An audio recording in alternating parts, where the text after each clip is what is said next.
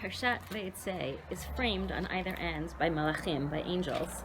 Famously, when Yaakov is leaving, he sees his famous ladder and the malachim going up and down the ladder. And then again, in the final psukim of the parasha, Yaakov is finally, Yaakov halach l'darko, he's finally on his way after his 20 years in Beit Lavan and all that he has enjoyed there. He's finally on his way. And once again, v'yifka'u bo malachei Elokim, as he's leaving Beit Lavan and returning to Eretz Yisrael, he once again encounters angels. This time, when Yaakov encounters the angels, he cries out, Machane Elokim zeh. He acknowledges, he recognizes that this is Machane Elokim. He then names the location of this encounter, Machanayim.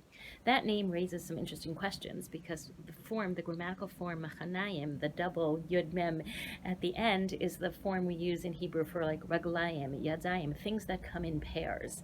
Yaakov has just seen Machane Elokim, but what is the Machanayim? What is the pairing?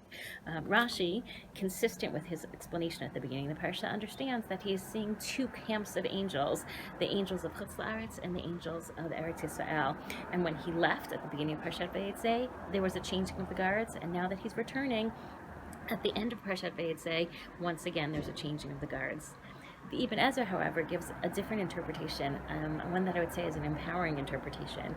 The Ibn Ezra understands that Yaakov is acknowledging that there are Machanaim, there is a pair of camps right now. There's Yaakov's own camp, his own Machaneh, his family, and the camp of Malachim. And in this way, this encounter is radically different from his encounter when he was leaving Eretz Yisrael. Then he was completely by himself, lonely, a refugee, and only had the camp of angels surrounding him. But now, as he is leaving Beit Lavan and returning to Eretz Yisrael, he's acknowledging, wow, now I have Machanayim. I have my own camp, and I have this camp of Malachim who are surrounding me and protecting me.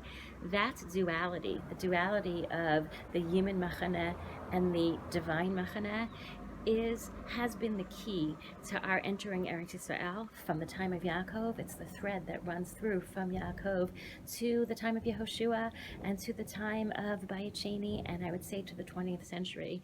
Our entering of Eretz Yisrael has to be framed by this duality of human initiative, Yaakov's own Machaneh, but always with the awareness and acknowledgement that surrounding our human initiative is the divine intervention, is the protective Machaneh of the angels who surround us and allow our human initiative to be successful.